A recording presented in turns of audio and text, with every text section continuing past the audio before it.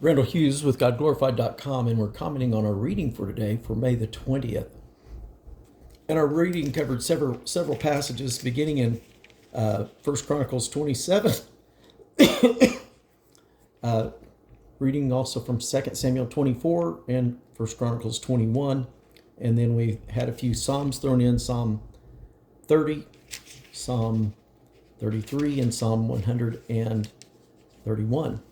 And so we're continuing the story of David and his sin in numbering the people against God's command that he was not to trust in the numbers of his people, but that God would take care of that.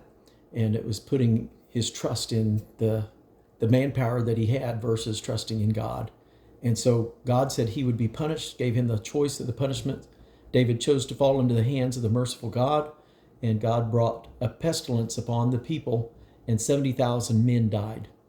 And as the angel of the Lord with a sword was approaching Jerusalem, God repented and gave a pause, and David responded by buying the threshing floor of Araunah, as Samuel says, or Ornan. And it's important to understand that this is believed to be that Araunah is believed to be an orthographical variation of Ornan, believed to be the same man, certainly, that he was buying the threshing floor from. However, the differences between the prices paid is believed to be that one was for the threshing floor, the silver was for the threshing floor, and then Chronicles goes on into the next chapter to speak of him buying the surrounding land that was to be used for the temple. And so a far greater area is the explanation for the reason for the differences in the prices there. And so it could have been as much as 10,000 square feet that was purchased where Solomon later built the temple. And so that's generally the accepted and believed to be explanation for the differences there in the numbers paid. And so then we had some the Psalms that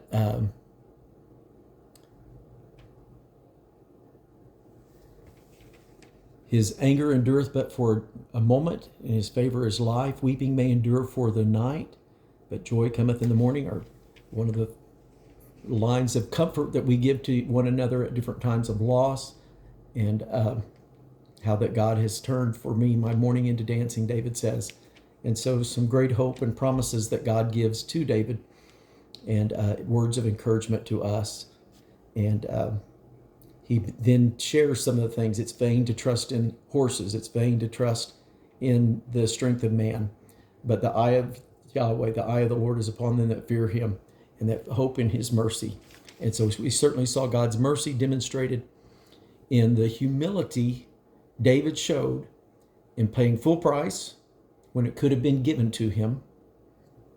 And yet David willing to go the extra mile to say, no, I'm not going to offer something to God that doesn't cost me anything.